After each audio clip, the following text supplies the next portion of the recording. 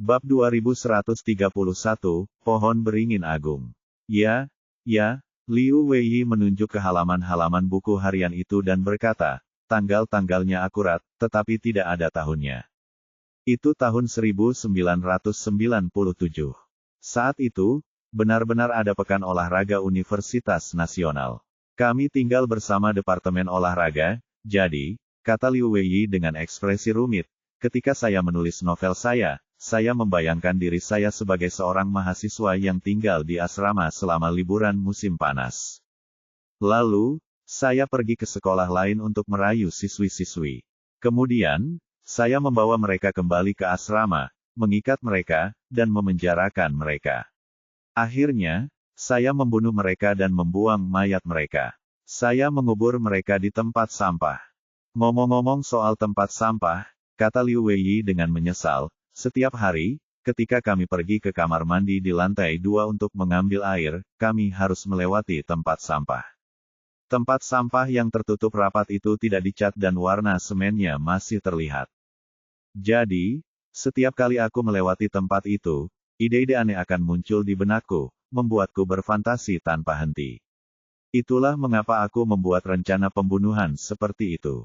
Setelah kehilangan naskah itu, kenang Liu Weiyi, saya tidak menulis ulang karena sedang jatuh cinta.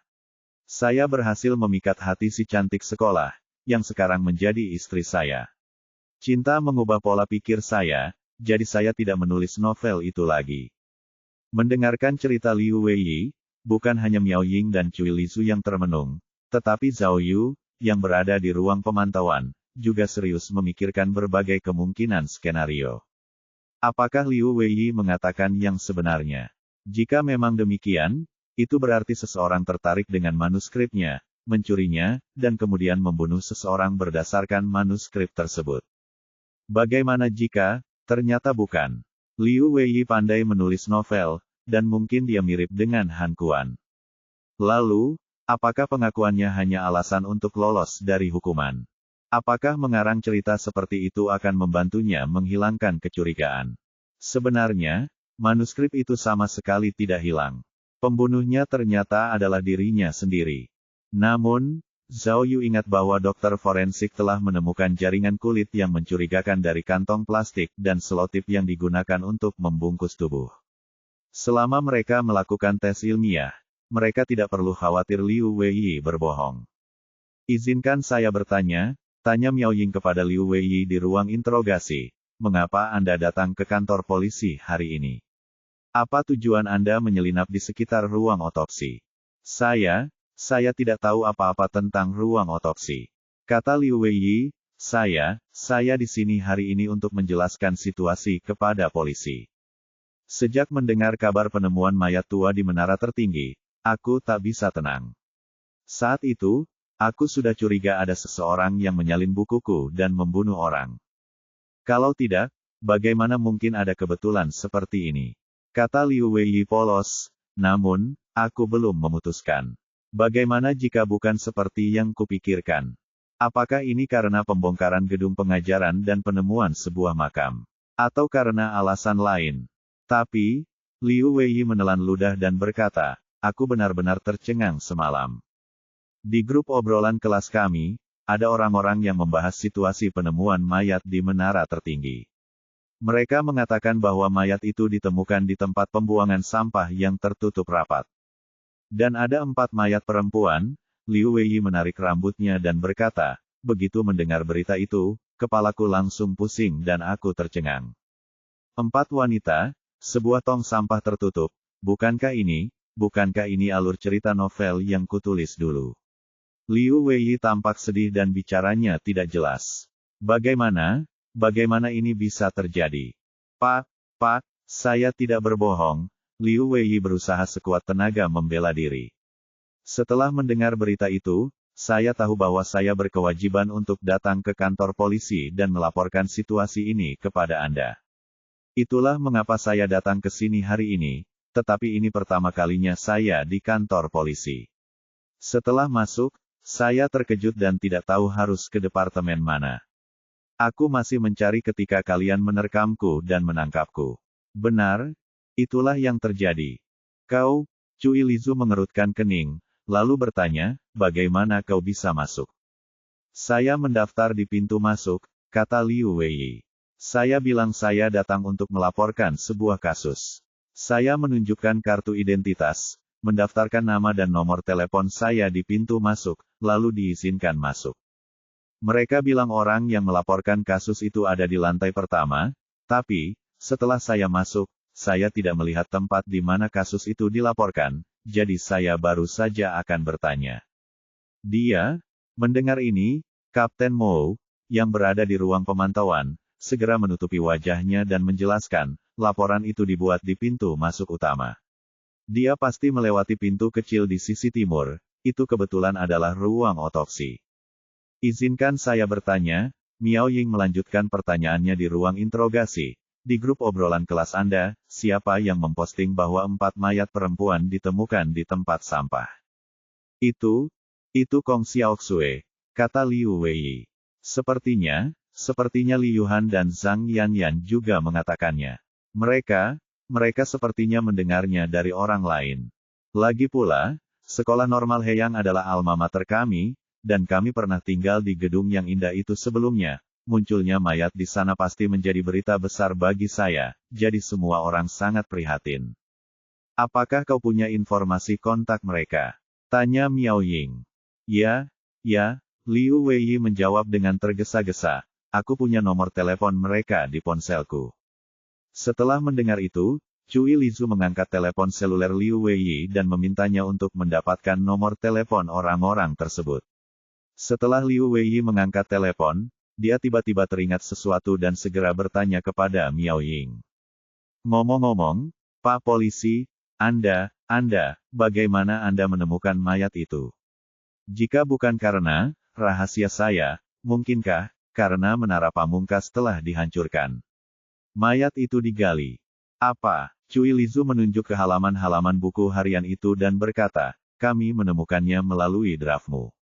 Kebetulan sekali, isinya menggambarkan proses kau membuang mayatmu ke tempat sampah. Ah! Liu Weiyi terkejut mendengar itu. Ia menelan ludah dengan gugup dan bertanya dengan suara gemetar, jadi, kau tidak tahu tentang kian-kian. Masalah itu, ada apa? Miao Ying menyadari ada yang tidak beres dan segera berdiri. Yah, Liu Weiyi ragu-ragu sebelum bertanya, bukankah kau pergi melihat pohon beringin besar itu? Dalam rahasiaku, di sana, ada lebih dari sekadar mayat di tempat sampah. Apa? Cui Lizu sangat terkejut hingga hampir melompat. Apa yang kau katakan? Selain mayat di tempat sampah, ada kasus lain. Pohon beringin besar, sambil berbicara, dia meraih kerah baju Liu Weiyi dan bertanya, apa-apaan, pohon beringin besar yang mana? Liu Weiyi juga ketakutan. Ia segera menjawab sambil gemetar, jika orang itu benar-benar membunuh orang sesuai dengan rahasia saya, maka, di bawah pohon beringin besar di belakang gedung laboratorium sekolah, seharusnya ada. Sialan. Begitu dia mengatakan itu, semua orang terkejut. Tidak hanya Miao Ying dan Cui Lizu yang tercengang, bahkan Zhao Yu dan yang lainnya di ruang pemantauan pun sangat terkejut. Tak seorang pun menyangka bahwa kasus ini akan jauh melampaui ekspektasi mereka. Bab 2132, Bab 2128 Si Cantik Sekolah. Larut malam, di Sekolah Tinggi Keguguran Heyang, di depan gedung laboratorium, tempat itu diterangi dengan terang. Polisi telah memasang barikade, dan pihak sekolah juga telah memisahkan siswa dari sekolah sebelumnya. Di bawah pohon beringin, para penggali sedang bekerja, dan beberapa lubang dalam telah digali di tanah. Di samping lubang-lubang dalam itu, banyak ilmuwan forensik siap untuk masuk. Selain tempat pembuangan sampah dan pohon beringin besar, tidak ada yang lain, kan? Tanya Cui Lizu kepada Liu Weiyi. Liu Weiyi mengangguk dengan antusias. Tidak, aku masih punya beberapa bagian lagi, tapi hilang sebelum sempat selesai menulisnya. Untungnya, kau tidak menyelesaikannya, kata Cui Lizu sambil menggelengkan kepalanya. Lihat apa yang telah kau lakukan. Ini kedua kalinya aku bertemu dengan orang seperti ini. Alasan Cui Lizu mengatakan ini adalah kali kedua adalah karena kasus pembunuhan berantai Han Kuan pernah terjadi di Kota Emas sebelumnya. Berapa banyak? Seharusnya ada berapa banyak di bawah pohon beringin? Tanya Wu Xiumin kepada Liu Weiyi. Satu. Aku hanya menulis satu, jawab Liu Weiyi. Aku baru dengar dari orang-orang di sana, kata Rantau. Pihak sekolah bilang pohon beringin besar itu berumur 50 tahun. Aneh sekali. Secara logika, pohon beringin tumbuh di daerah panas dan hujan, jadi sulit bagi mereka untuk bertahan hidup di utara. Sama seperti bambu, meskipun ada satu, tidak bisa tumbuh dengan baik. Tapi pohon beringin agung ini berbeda. Liu Weiyi melanjutkan, sejak kami memasuki sekolah, pohon ini selalu tumbuh subur. Tidak ada yang merawatnya dengan cermat, tetapi pohon ini tetap tumbuh di utara. Oleh karena itu, pohon ini selalu dianggap sebagai pohon pembawa keberuntungan bagi akademi kami. Kata Liu Weiyi, Departemen Bahasa kami telah menulis banyak puisi untuknya. Ada juga mahasiswa dari Departemen Seni Rupa yang sering menggambar di pohon itu. Siapa sangka kejahatan tersembunyi di bawah pohon Laksmi. Sejujurnya, kata Liu Weiyi, ketika saya menulis rahasia saya, tiba-tiba saya mendapat ide. Jika memang ada mayat yang terkubur di bawah pohon buah, kapan mayat itu baru ditemukan? Mungkinkah pohon beringin agung baru akan ditemukan ketika benar-benar mati dan ditebang oleh orang-orang?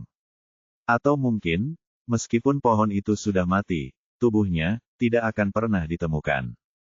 Otakmu benar-benar abnormal. Zhao Yu mengumpat dan bertanya, biar kutanyakan, apakah kau sudah punya tersangka? Jika seseorang mencuri manuskripmu dan benar-benar membunuh orang sesuai dengan isi bukumu, maka, bukankah seharusnya kau tahu siapa orang itu? Ya, Cui Lizu kemudian menambahkan, orang ini pasti teman sekelasmu. Coba pikirkan, siapa yang sering membaca novelmu dan memiliki kecenderungan suram untuk membunuh? Ini, Liu Weiyi tampak malu. Dia menggelengkan kepalanya dan berkata, kurasa tidak. Seingatku, teman-teman sekelasku tidak begitu menyukai novelku. Lagi pula, ia berpikir sejenak dan berkata, saat aku menulis rahasiaku, aku tidak menunjukkannya kepada siapapun. Aku akan memotongnya. Tiba-tiba, mata Cui Lizu membelalak dan dia bertepuk tangan dengan keras. Kemudian dia menunjuk hidung Liu Weiyi dan mencoba mengatakan sesuatu. Namun, setelah menunggu beberapa detik, mereka menyadari bahwa Cui Lizu tidak mengatakan apapun. Cui, kamu baik-baik saja. Rantau cemberut. Kamu membuatku takut. Tidak, Cui Lizu tiba-tiba menarik Zhao Yu ke samping, lalu mendekatkan bibirnya ke telinga Zhao Yu dan berbisik, bos. Aku mengerti, apakah menurutmu pembunuh sebenarnya adalah istri Liu Weiyi? Apa? Zhao Yu tercengang, tetapi setelah berpikir beberapa detik, dia tiba-tiba mengerti maksud Cui Lizu. Itu benar. Sebelumnya, kepala sekolah telah menyebutkan bahwa Liu Weiyi telah merayu gadis tercantik di sekolah ketika dia masih kuliah di tahun kedua.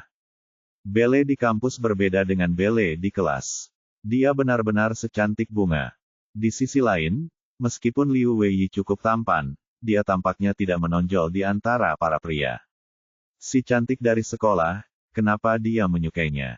Mungkinkah dia tertarik pada novelnya? Karena Liu Weiyi mengaku tidak pernah menunjukkan rahasianya kepada siapapun, mungkinkah pacarnya telah melihatnya?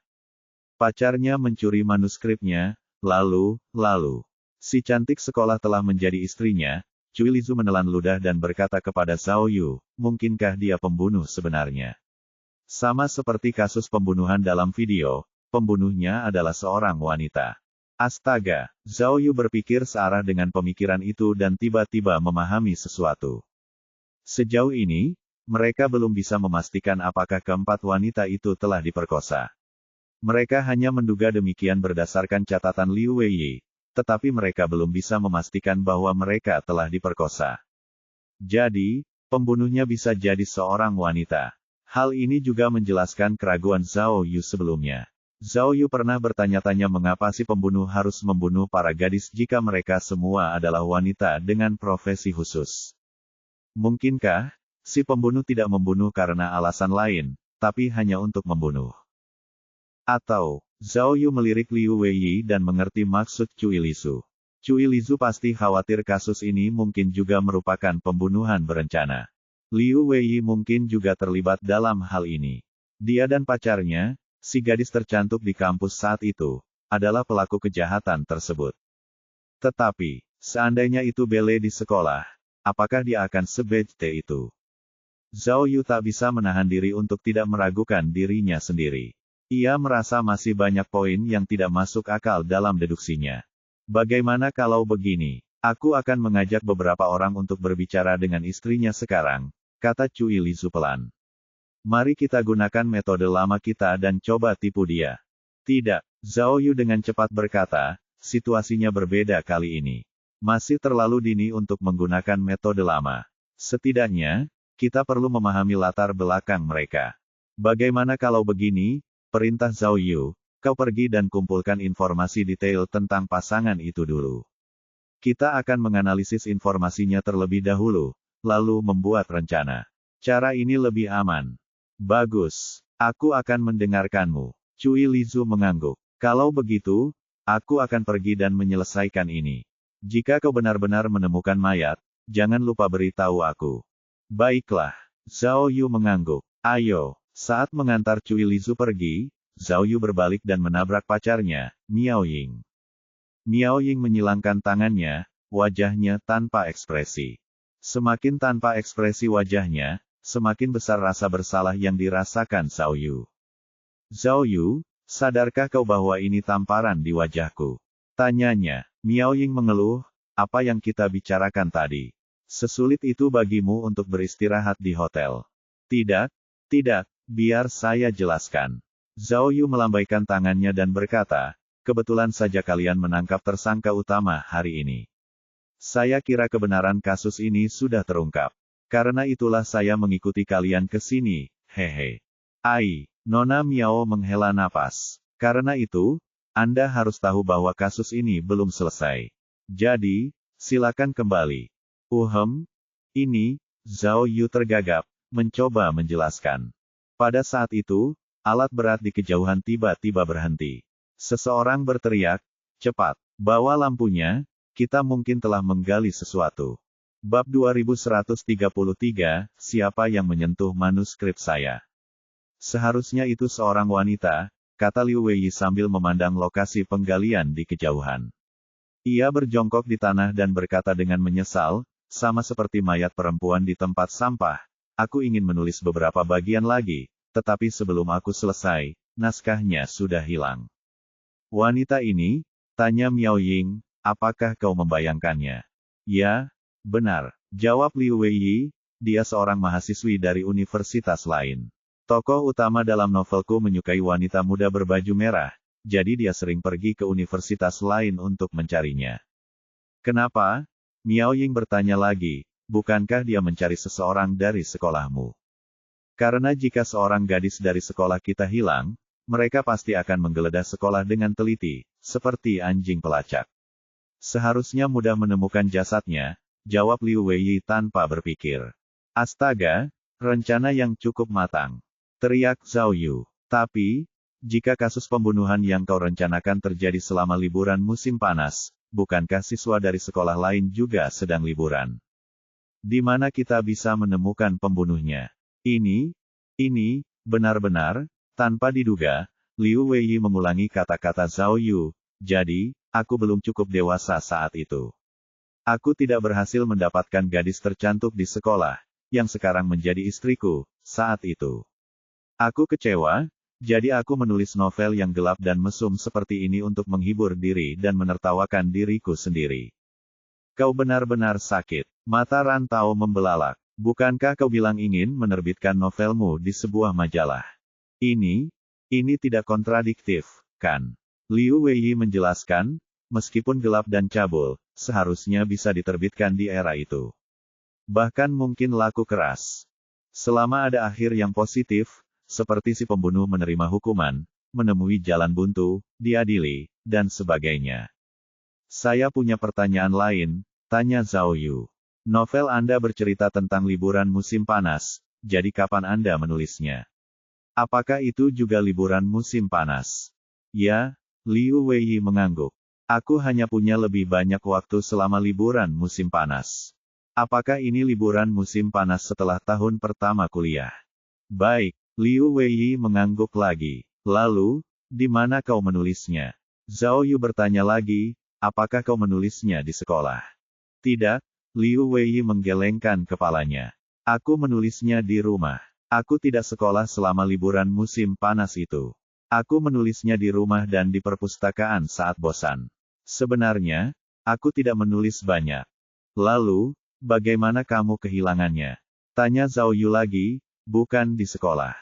Tidak, kenang Liu Weiyi, ketika aku kehilangannya, saat itu sudah musim dingin tahun kedua kuliahku. Terkadang, selama kelas belajar mandiri, aku akan mengeluarkan manuskripku dan menulis dengan santai. Lalu suatu hari, entah kenapa, aku tidak bisa menemukannya. Biasanya, aku akan memasukkan manuskrip itu ke dalam tas. Kadang-kadang, aku meletakkannya di tempat tidur asrama. Di departemen bahasa, tidak ada yang tertarik padaku. Saat itu, saya benar-benar putus asa. Saya bertanya kepada hampir setiap siswa, tetapi saya tidak dapat menemukannya.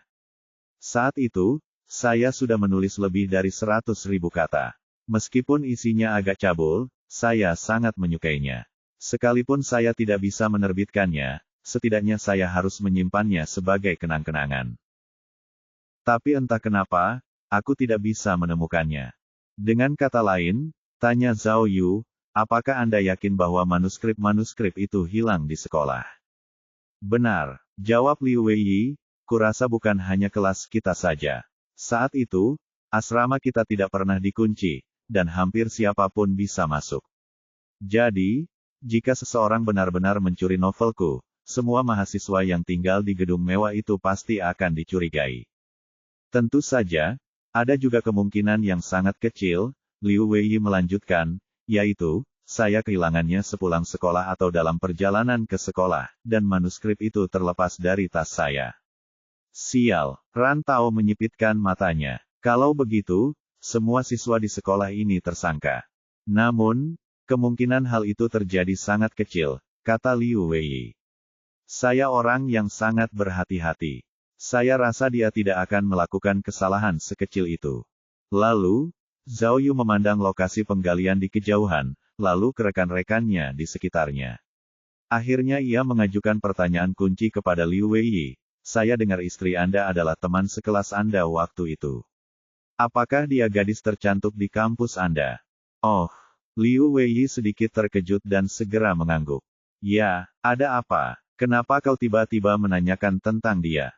Kapan kau berhasil mendapatkannya? Tanya Zhao Yu, wajahnya tanpa ekspresi. Aku, Liu Weiyi menelan ludah dan menjawab, aku berpacaran dengannya saat tahun baru Imlek di tahun kedua kuliahku. Hubungan kami dianggap resmi terjalin selama liburan musim dingin. Pada saat itu, Zhao Yu berhenti sejenak, lalu bertanya, apakah Anda kehilangan manuskrip Anda? Benar, Liu Weiyi sepertinya mengerti sesuatu dan dengan cepat menjelaskan kepada Zhao Yu, begini. Nia istri Liu Weiyi, dan aku adalah teman sekelas di SMP, dan kami tinggal berdekatan. Saat kami masih sangat muda, kami sudah sangat dekat. Kami tidak bisa disebut kekasih masa kecil, tetapi kami memiliki perasaan satu sama lain. Setelah itu, kami mendaftar di sekolah tinggi keguguran bersama-sama. Tentu saja saya berpikir bahwa saya akan bisa mendapatkannya dan menjadikannya pacar saya. Tapi aku tidak menyangka kita akan mengalami kesalahpahaman di tahun pertama kuliah. Dia sangat cantik, dan aku cemburu, jadi kami sedikit berkonflik dan bertengkar. Setelah itu, dia mengabaikanku. Hal itu membuatku depresi sepanjang tahun pertamaku. Itulah mengapa aku menulis novel yang begitu gelap dan menyimpang. Kemudian, saya kehilangan manuskrip itu, dan suasana hati saya menjadi semakin buruk. Pada suatu titik, saya bingung dan sengsara. Baru saat liburan musim dingin tahun kedua saya, Nia melihat saya semakin kurus, dan hatinya merasa sedih, sehingga dia berinisiatif mengajak saya berkencan, meluruskan kesalahpahaman di antara kami, dan membangun hubungan kami. Jadi, Sejak saat itu, saya tidak pernah lagi menulis novel yang begitu kelam. Saya hampir melupakannya. Siapa sangka, hari ini, hal seperti ini akan terjadi. Kata Liu Weiyi dengan getir, siapa yang bersikeras membunuh orang berdasarkan naskahku? Tunggu, Zhao Yu tiba-tiba melambaikan tangannya dan bertanya, pertanyaanku belum selesai. Izinkan aku bertanya, apakah istrimu membaca novel yang kau tulis? Apa? Liu Weiyi tersentak dan berkata, saya ketua organisasi penyair. Setidaknya dia harus melihat novel-novel yang saya tulis, kan? Aku tidak membicarakan setelah kalian menikah, tapi saat kalian masih sekolah. Zhao Yu mengingatkannya. Saat kamu masih sekolah. Oh, awalnya, iya. Aku sering menuliskan puisi cinta untuknya, dan dia sesekali membacanya. Tapi, aku menyadari bahwa dia sama sekali tidak tertarik dengan puisi-puisi itu. Itulah sebabnya aku berhenti menulis. Dia di jurusan musik dan suka menyanyi dan menari. Lalu, Zhao Yu bertanya lagi, apakah dia membaca novel-novel yang kau tulis saat kuliah? Ini, akhirnya, Liu Weiyi mengerti maksud Zhao Yu dan menjelaskan dengan gugup, Pak Polisi, tidak ada hal seperti itu. Anda tidak berpikir bahwa manuskrip saya diambil oleh istri saya, kan? Begitu dia mengatakan itu, suasana langsung riuh. Semua petugas polisi yang hadir terkejut. Bab 2134, Pemimpin Tim yang Kembali. Larut malam, di kantor polisi Chengsu. Ini adalah, Zhao Yu menatap papan tulis yang terpasang di kantor dan bertanya, siapa yang membuat ini? Dia hampir menyamai kemampuanku. Tentu saja saya berhasil, bos, kata Cui Lizu sambil bercanda. Saya sudah memahami inti dari pekerjaan Anda. Bisakah saya menyelesaikan masa magang saya sekarang? Lumayan, Zhao Yu memujinya dengan tulus. Jangan kita bahas hal lain dulu, tapi kamu jelas lebih tebal kulitnya daripada aku. Sialan kau, Cui Lizu menatapnya dengan jijik, lalu berkata, identitas Liu Weiyi sangat istimewa. Karena kita tidak memiliki bukti untuk membuktikan bahwa dia adalah tersangka, kita tidak dapat menangkapnya secara resmi. Kami hanya bisa mengizinkannya tinggal di kantor polisi untuk sementara waktu guna membantu penyelidikan polisi. Bagaimana dengan istrinya? Tanya Rantau, bukankah bos curiga bahwa istrinya ada hubungannya dengan ini? Aku khawatir, kata Cui Lizu. Kasus ini tidak ada hubungannya dengan istrinya. Kita hanya terlalu memikirkannya. Mengapa? Tanya Rantau. Kami sudah mengeceknya. Istri Liu Weiyi, Nia, adalah produser senior di stasiun TV, jelas Cui Lizu. Orang ini sangat supel. Dia telah menyutradarai banyak pertunjukan berskala besar di Provinsi Heiyang dan merupakan tokoh yang berjasa. Dan, mengesampingkan kepribadiannya, Cui Lizu berhenti sejenak, lalu berkata, berat badannya hanya 81 pon, jadi dia adalah wanita cantik yang bahkan tidak bisa mengikat ayam. Aku mengetahui bahwa dia sangat kurus saat masih sekolah. Kudengar dia bahkan tidak bisa mengangkat baterai skuter listrik, bagaimana mungkin orang seperti itu menyembunyikan 4 mayat di tempat sampah, dan bagaimana mungkin dia menggali lubang sedalam 2 meter di bawah pohon beringin besar. Ya, kata Wu Xiumin. Berdasarkan analisis informasi permukaan, Nia seharusnya bukan tersangka. Kecuali, ini dilakukan oleh pasangan itu bersama-sama. Tapi, aku baru saja bertanya pada teman-teman sekelas mereka, kata Wu Xiumin. Mereka telah memastikan bahwa Liu Weiyi mengatakan yang sebenarnya. Liu Weiyi dan Nia berpisah selama semester pertama dan kedua. Mereka bahkan tidak saling berbicara. Kurasa, Miao Ying menganalisis, meskipun ucapan Liu Weiyi sempurna, kita tidak memiliki bukti 100% untuk membuktikan bahwa dia bukan pembunuhnya. Jadi, kita masih harus memperlakukan Liu Weiyi sebagai tersangka utama, kata Miao Ying. Dia mungkin orang yang menulis manuskrip itu. Dia sengaja mencoba mengalihkan perhatian kita darinya. Saudari Miao, Zhang Peipei, yang baru saja memasuki kantor, tiba-tiba berkata, sepertinya dia melakukannya dengan sengaja, tetapi setelah tes, Liu Weiyi telah dikesampingkan sebagai tersangka. Setelah beberapa pengujian, Kami menemukan bahwa jaringan kulit yang kami temukan di dalam kantong mayat dan selotip tidak cocok dengan informasi biologis Liu Weiyi.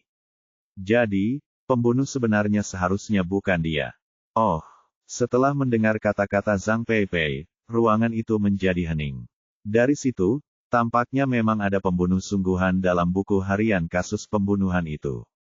Ran Tao tiba-tiba mengajukan keberatan, tetapi, bagaimana jika Liu Weiyi seperti Han Kuan, yang ahli dalam metode kepolisian? Liu Weiyi telah melakukan pengamanan yang sangat detail sebelumnya dan tidak meninggalkan informasi apapun. Dan potongan-potongan kulit yang kami temukan itu ditinggalkan oleh seseorang secara kebetulan, bukan oleh si pembunuh itu sendiri. Kau terlalu banyak berpikir, kata Zheng Ke. Saat itu, meskipun teknologi DNA telah ditemukan, teknologi itu belum dipopulerkan di luar negeri. Jadi, bahkan lebih sedikit orang yang mengetahui teknologi kita.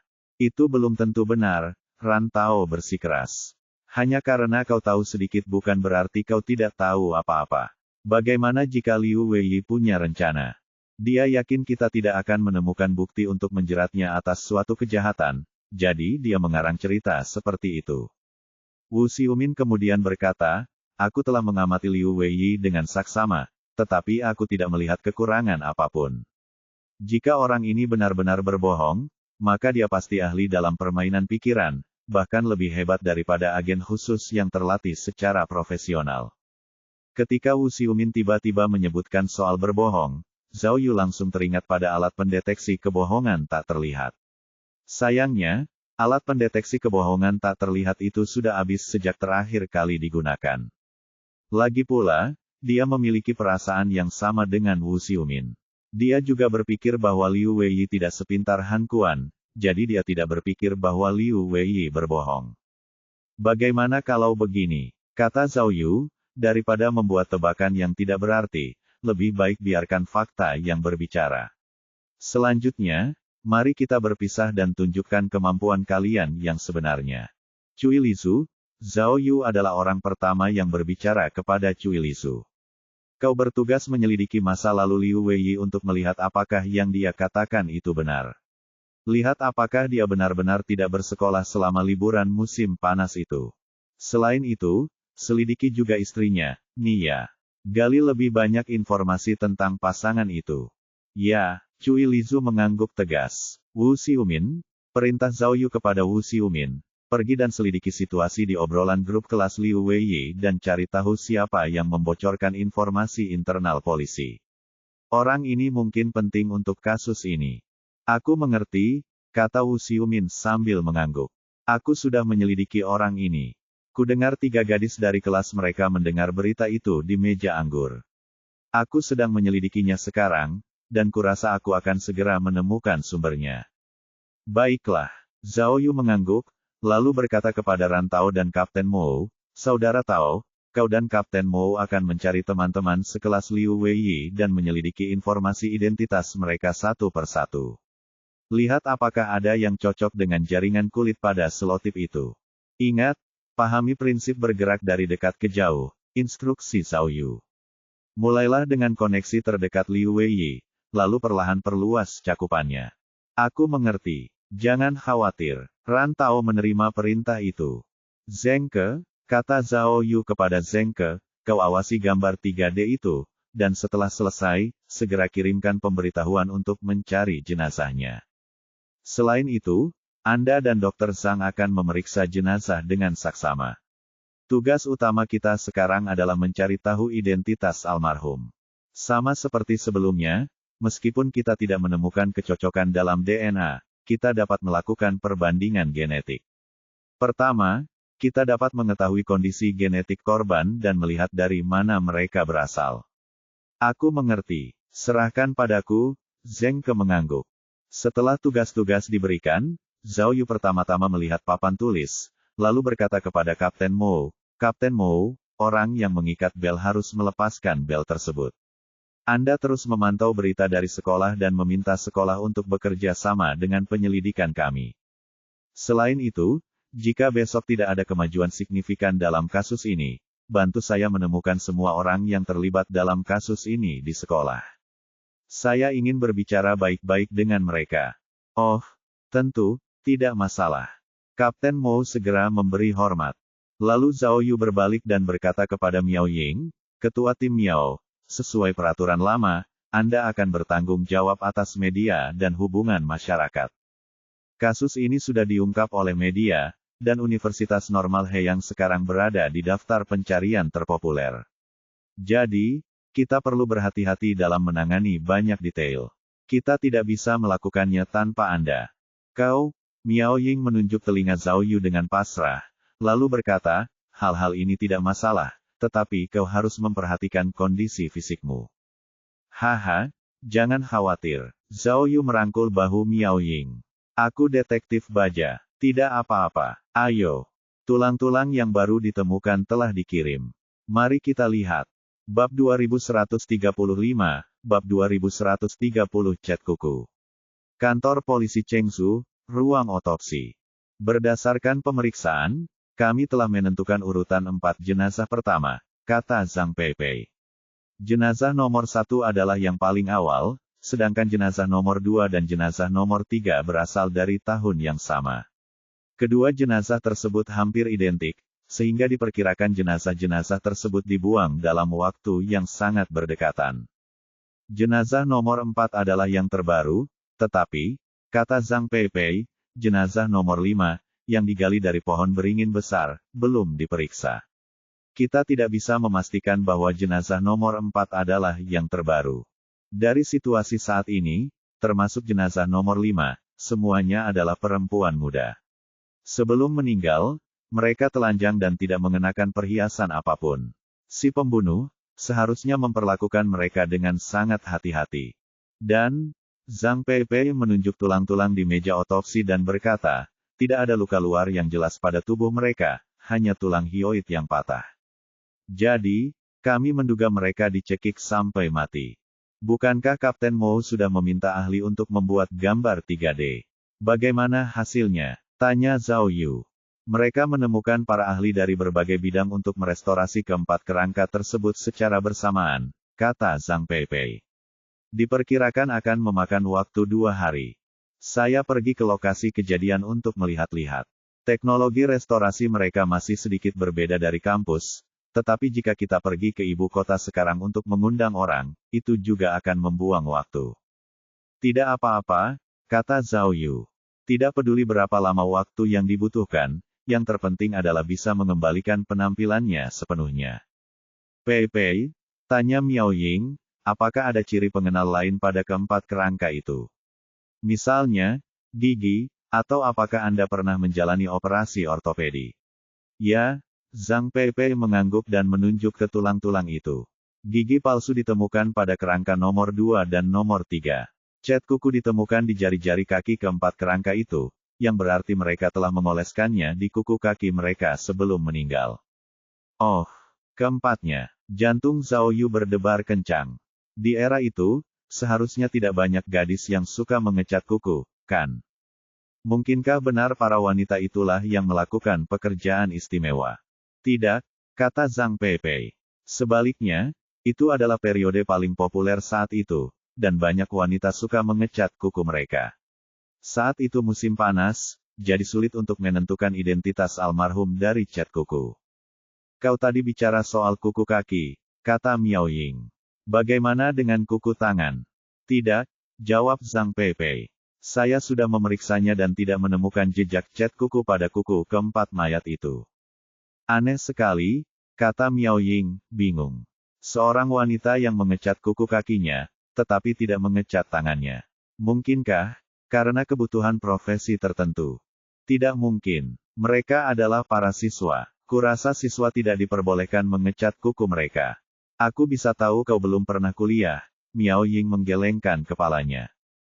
Tidak ada aturan seperti itu di universitas. Jelas Zhang Peipei, tetapi, keempat kerangka itu kuku kakinya dicat, tetapi kuku tangannya tidak.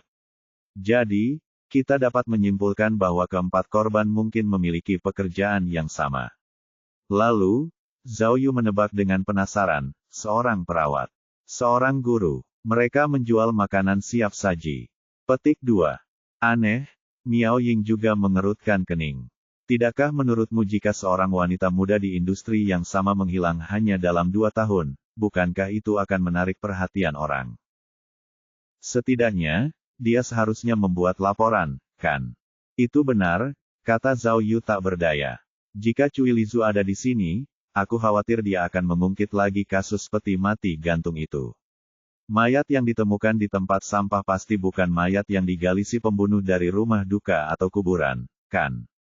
Sekarang aku tahu, Miao Ying menyipitkan matanya, kenapa telingamu tak kunjung sembuh. Kau hampir seperti iblis sekarang, kan? Lagi pula, sudah lebih dari 20 tahun, lanjut Zhang Peipei dalam pengantarannya, tetapi dilihat dari sisa-sisa tulang yang ada, sulit untuk menentukan apakah almarhumah telah mengalami pelecehan dan kekerasan sebelum meninggal. Bisakah Anda memastikan usia mereka? Tanya Zhao Yu. Ya, keempat korban semuanya berusia sekitar 20 tahun, kata Zhang Peipei. Namun, jenazah perempuan nomor 1, melalui pemeriksaan panggul, ditemukan telah melahirkan sebelumnya. Atau, dia setidaknya sedang hamil 7 bulan. Apa? Ini adalah pertama kalinya Zhao Yu dan Miao Ying mendengar berita ini, dan mereka terkejut. Apakah dia baru berusia sekitar 20 tahun? Ya, kata Zhang Peipei. Dan, dilihat dari pertumbuhan panggulnya, dia hamil 2 atau 3 tahun sebelum dia dibunuh. Artinya, Miao Ying berkata dengan terkejut. Dia punya anak saat baru saja mencapai usia dewasa. Itu mungkin saja, kata Zhang Peipei. Dia bahkan belum berusia 18 tahun. Aku tak percaya, mata Zhao Yu terbelalak lebar. Memiliki anak di usia semuda ini, yang satu pasti gadis desa yang menikah muda, dan yang lainnya pasti gadis remaja yang kehilangan arah. Aku mulai curiga mereka melakukan pekerjaan semacam itu. Cek-cek, Miao Ying cemberut setuju. Memang, aku juga merasakan hal yang sama. Seorang gadis yang kehilangan pijakannya, hamil sebelum menikah, dan diusir dari rumah oleh keluarganya. Lalu, aku terpaksa bekerja di profesi khusus, tapi aku malah menjadi sasaran pembunuh bejat ini, Asteris menghela napas. Jadi, kata Zhao Yu, itulah sebabnya kami tidak dapat menemukan DNA mereka di basis data orang hilang. Keluarga mereka sudah benar-benar menyerah. Dia darah dagingmu sendiri, Miao Ying menghela napas. Apakah kau harus sekejam itu? Di era itu, terlalu banyak situasi seperti ini, kata Zhang Peipei. Ada banyak anak di rumah, dan mereka miskin. Mereka bahkan tidak mampu menyediakan makanan dan pakaian dasar, jadi bagaimana mungkin ada keluarga? Sepertinya, kata Zhao Yu, kita harus mengubah cara berpikir kita dan berpikir ke arah ini. Kita harus pergi ke lingkungan sekitar dan mencari para pengemudi lama itu untuk melihat apakah kita bisa mendapatkan informasi tentang tahun itu. Lalu, Miao Ying bertanya kepada Zhang Peipei, jaringan kulit mencurigakan yang ditemukan pada selotip itu, apakah milik orang yang sama? Ya, jawab Zhang Peipei dengan yakin, dan sangat mungkin si pembunuh meninggalkannya di sana secara tidak sengaja. Kami telah menemukan sedikit sel kulit pada kantong mayat dan selotip kerangka nomor 1 dan nomor 4. Berdasarkan karakteristik jaringan kulit yang tersisa, kami melakukan beberapa percobaan dan akhirnya menemukan bahwa jaringan kulit tersebut kemungkinan besar disebabkan oleh keringat yang menetes ketika si pembunuh menangani mayat. Oh, berkeringat. Mata Zhao Yu membelalak. Benar, kata Zhang Peipei, kami telah mendeteksi komposisi keringat pada jaringan kulit. Kami menduga itu disebabkan oleh keringat yang secara tidak sengaja menetes ketika si pembunuh sedang menangani mayat. Beberapa di antaranya direkatkan dengan selotip, dan terawetkan dengan sangat jelas. Keringat menetes dari kulit si pembunuh, dan keringat itu mengandung jaringan kulit si pembunuh. Inilah yang disebut keadilan. Zhao Yu bertepuk tangan dengan gembira. Sepertinya beberapa tetes keringat ini sangat penting. Tapi, Zhang Peipei berkata lagi, kami sudah membandingkannya dengan basis data, tetapi kami tidak menemukan kecocokan. Ini berarti si pembunuh seharusnya tidak memiliki catatan kriminal. Tidak masalah, kata Miao Ying. Seperti biasa, mari kita lakukan analisis urutan genetik untuk melihat DNA tersangka paling mirip dengan siapa. Zhao Yu mengangguk. Pikirannya sama seperti sebelumnya. Dia sudah merasa bahwa kebenaran kasus pembunuhan buku harian itu akan segera terungkap. Bab 2136, Korban yang Terlupakan. 3 hari kemudian, di ruang konferensi kantor polisi Chengsu. 4 potret 3D dari gadis-gadis yang dibunuh telah dibuat dan ditampilkan di layar besar di tengah ruang pertemuan. Kapten Mo Yongen sedang mengatur pekerjaan identifikasi selanjutnya seputar keempat potret ini. Mereka mengirimkan bantuan ke Departemen Kepolisian di semua tingkatan di negara itu untuk menemukan identitas keempat gadis tersebut. Menurut peta DNA, kata Zhang Peipei saat pertemuan, keempat gadis itu bukan penduduk asli Chengsu. Mereka semua berasal dari tempat lain. Mayat perempuan nomor 2 dan nomor 3 berasal dari wilayah Awan Selatan. Jenazah perempuan nomor 4 kemungkinan berasal dari sekitar Provinsi Gui. Sedangkan untuk jenazah perempuan nomor 1 dan 5, kami masih perlu memastikannya lebih lanjut. Baiklah, Kapten Mo mengurutkan informasi dan berkata, kami akan mengirimkan informasi terkait kepada kedua pihak yang mengajukan permohonan tersebut dan meminta mereka untuk fokus pada proses seleksi. Kapten Mo, kata Zhao Yu. Karena gambar keempat gadis itu sudah tersebar, fokus penyelidikan seharusnya tetap di Chengsu. Ya, saya mengerti, kata Kapten Mo. Sebelum ini, kami telah membandingkan potret yang kami buat dengan kasus orang hilang tahun itu. Sejauh ini, kami telah menemukan beberapa kasus serupa, dan kami masih mengkonfirmasinya satu persatu. Begitu saja, Zhao Yu memberikan beberapa tugas lagi secara beruntun. Pertemuan akhirnya berakhir, dan semua detektif polisi di kantor polisi Chengsu menerima tugas mereka dan pergi untuk menyelidiki. Setelah pertemuan selesai, Cui Lizu menunjuk ke layar besar dan berkata, sepertinya gadis-gadis ini bukan mahasiswi. Aku benar-benar tidak menyangka bahwa bahkan di kota sebesar Chengsu, belum pernah ada kasus mahasiswi yang hilang. Dokter, Zhang? Zhao Yu bertanya langsung kepada Zhang Peipei. Mayat perempuan kelima ditemukan di bawah pohon beringin. Apakah ada perkembangan terbaru? Oh, ini laporannya. Zhang Peipei menyerahkan informasi itu kepada Zhao Yu. Hampir sama dengan 4 kasus sebelumnya. Wanita muda, meninggal karena sesak napas.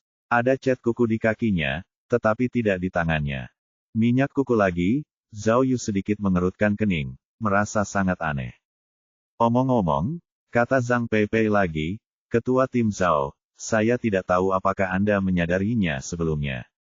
Aku baru ingat sesuatu. Setelah memeriksa tulang-tulang itu, aku menemukan bahwa kelima korban semuanya memiliki tinggi sekitar 1,55 meter. Oh, Zhao Yu mengerutkan kening dan bertanya, cat kuku, tinggi badan, sial. Setelah berpikir beberapa detik, dia cepat-cepat menoleh ke Zhengke dan bertanya, Zhengke, apakah aku memintamu untuk memberitahu Liu Weiyi agar menulis buku harian pembunuhan yang baru? Ya, Zhengke mengangguk, lalu dengan cepat menyalakan ponselnya. Aku sudah mengirimkannya padamu. Nama programnya adalah Rahasiaku. Karena jadwalnya yang padat, aku memintanya untuk menulis draft kasarnya terlebih dahulu. Nanti aku akan meneleponnya. Dia mungkin sudah selesai dengan versi detailnya, kan? Namun, Zheng khawatir Liu Weiyi mungkin tidak dapat mengingat detailnya karena sudah lebih dari 20 tahun yang lalu. Itu tidak penting, kata Zhao Yu. Telepon dia sekarang dan tanyakan apakah dia menggambarkan ciri-ciri spesifik korban dalam buku itu. Sebagai contoh, tinggi badan, berat badan, penampilan korban, dan apakah kakinya dicat dengan cat kuku atau tidak. Oh, oke. Zheng dengan cepat mengangkat teleponnya dan pergi untuk bertanya kepada Liu Weiyi. Bos, sekarang setelah Anda menyebutkannya, Cui Lizu dengan cepat berdiri di depan layar besar dan berkata, saya bertanya-tanya mengapa saya merasakan perasaan aneh barusan. Tidakkah menurutmu keempat korban itu terlihat mirip? Ini, semua orang menoleh, wajah mereka dipenuhi keterkejutan. Benar saja, jika tidak diperhatikan dengan saksama, wajah keempat korban sangat mirip. Awalnya, semua orang mengira itu masalah dengan teknologi restorasi 3D, tetapi sekarang tampaknya keempat gadis itu memang terlihat mirip satu sama lain. Jika memang begitu, kata Miao Ying, Bukankah itu berarti si pembunuh membunuh secara selektif? Apakah dia memiliki kompleks pembunuh? Itu sudah pasti, kan? Cui Lizu menyeringai. Jika dia tidak memiliki masalah psikologis, mengapa dia mengambil buku dan membunuh orang sesuai dengan cerita di buku itu? Jika memang begitu, maka mereka yang menulis novel kriminal dan membuat film detektif sebaiknya berhenti. Zhang Peipei memberi isyarat dan berkata kepada Zhao Yu, ketua tim Zhao, maaf, saya belum menyelesaikan kalimat saya. Petik 2. Oh. Zhao Yu dengan cepat menutup mulutnya dan mengulurkan tangannya, sambil berkata, kamilah yang malu.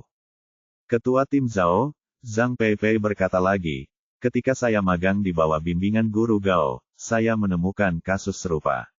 Saat itu, saya tidak dapat menemukan kecocokan DNA dengan almarhum, jadi saya tidak dapat memastikan identitas almarhum.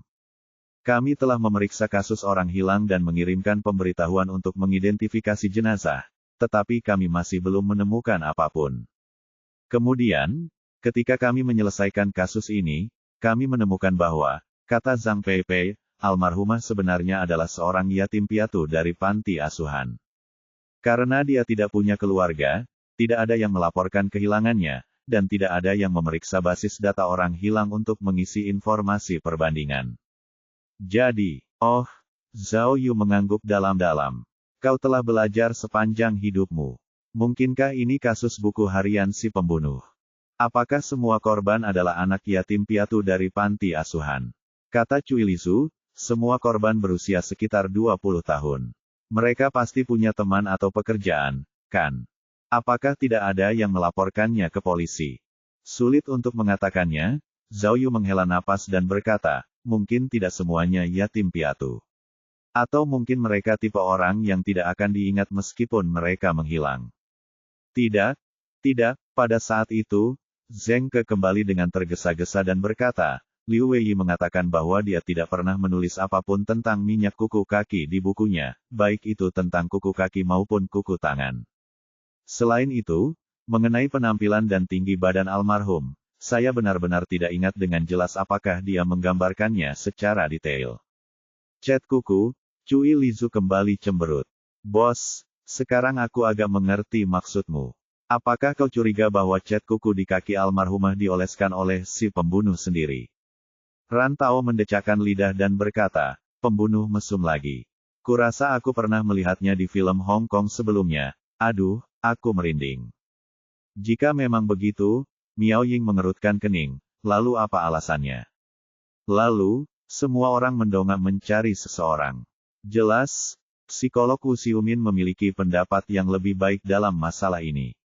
Namun, Wu Xiumin tidak berada di lokasi kejadian saat itu, karena dia masih menyelidiki masalah terkait kelompok kelas Liu Wei. Saat semua orang mencarinya, Wu Xiumin mendorong pintu ruang rapat dan berkata kepada Zhao Yu dan yang lainnya. Jadi kalian semua sudah di sini. Kukira kalian ada di kantor. Ketua tim, dia bergegas menghampiri Zhao Yu dan melaporkan, saya sudah mengecek, tidak ada masalah dengan kelompok kelas. Apa kau bicara dengan kalimat yang sulit diucapkan? Zhao Yu menjulurkan lidahnya. Aku sudah menemukan sumber informasinya, kata Wu Xiumin. Di antara teman sekelas Liu Wei, ada seorang teman sekelas bernama Kong Xiaoxue, yang suaminya adalah dosen di Departemen Jurnalistik sebuah universitas keguguran. Pada hari itu, setelah menemukan mayat di tempat pembuangan sampah gedung mewah tersebut, suaminya juga pergi ke tempat kejadian, jadi dia jelas mengetahui keberadaan mayat itu. Wu Xiumin menjelaskan, karena mereka yang belajar jurnalistik lebih sensitif, suaminya terus menyelidiki situasi di tempat kejadian. Akhirnya, dia mengetahui dari seorang kolektor bahwa keempat kerangka itu semuanya perempuan, dan kemudian dia menyebarkan berita itu. Lagi pula, semua teman sekelas laki-laki Kong Xiaoxue tinggal di aula yang mewah itu, jadi berita itu menyebar ke kelompok kelas mereka. Bab 2137, Bab 2133 Siswa Olahraga. Mengenai hal ini, saya sudah memastikannya, kata Wu Xiumin. Masalahnya adalah kita tidak benar-benar memblokir berita tersebut. Seorang guru dari jurusan jurnalistik, gumam Zhao Yu, Karena dia suami Kong Xiaoxue, apakah itu berarti dia akrab dengan sekolah normal Heyang? Seharusnya tidak ada masalah dengan orang ini, jawab Wu Xiumin dengan yakin. Alasan aku datang terlambat adalah untuk memastikan identitas orang ini. Dia kuliah di universitas di ibu kota, tetapi dia tidak pernah bersekolah di sekolah keguguran Heyang, kata Wu Xiumin. Dan, orang ini adalah tokoh berpengkuan Wei di industri berita di Chengsu. Dia sering mengikuti sesi pelatihan, jadi dia sangat terkenal di industri ini. Lagi pula, dia memiliki naluri yang tajam terhadap berita. Petugas polisi kita sama sekali bukan tandingannya. Tidak mengherankan jika dia mendapatkan berita itu. Untungnya, Cui Lizu cemberut. Dia hanya mengungkapkan pendapatnya di grup obrolan kelas. Jika benar-benar dipublikasikan ke media, itu akan memengaruhi penyelidikan kita. Dia baik-baik saja, kata Wu Xiumin. Aku hanya memberitahu istrinya, Kong Xiaoxue, dan teman-teman sekelasnya. Sebenarnya, bahkan jika dia benar-benar menyebarkan berita itu ke media, aku khawatir kita tidak bisa berbuat apa-apa padanya. Tidak masalah, kata Zhao Yu dengan tenang. Kami sudah mengeluarkan pengumuman untuk mengidentifikasi jenazah, yang berarti berita tentang ditemukannya 4 mayat perempuan dari sekolah normal Heyang hingga Minglou sudah tersebar. Semua orang sudah tahu. Itu tidak akan memengaruhi kasus kami. Wu Xiumin kemudian berkata, Ketua tim, setelah potret 3D selesai digambar, saya bertanya kepada semua teman sekelas Liu Weiyi, tetapi tidak satu pun dari mereka yang tahu siapa almarhum. Ini mungkin tidak ada hubungannya dengan siswa di sekolah mereka. Menurutmu, Cui Lizu tiba-tiba teringat sesuatu. Saat itu, si pembunuh membawa seorang wanita asing ke sekolah, jadi seharusnya petugas keamanan menyadarinya. Saat itu, sekolah sedang libur musim panas.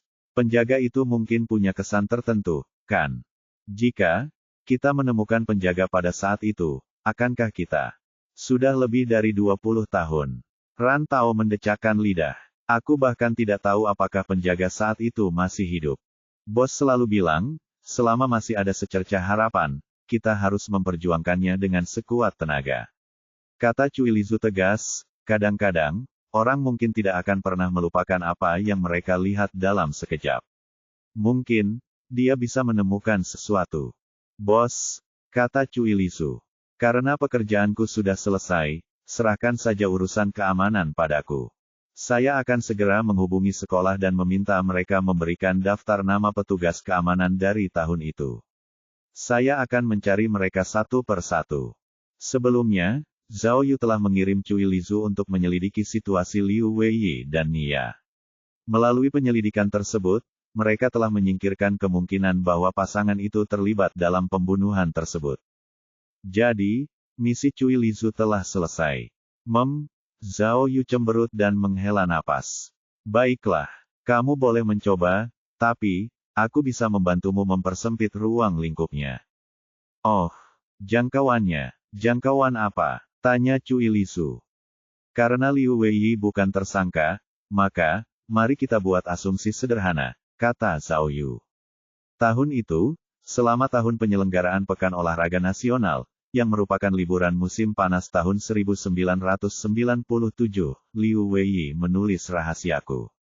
Lalu, dia kehilangan manuskrip itu pada musim dingin tahun kedua kuliahnya.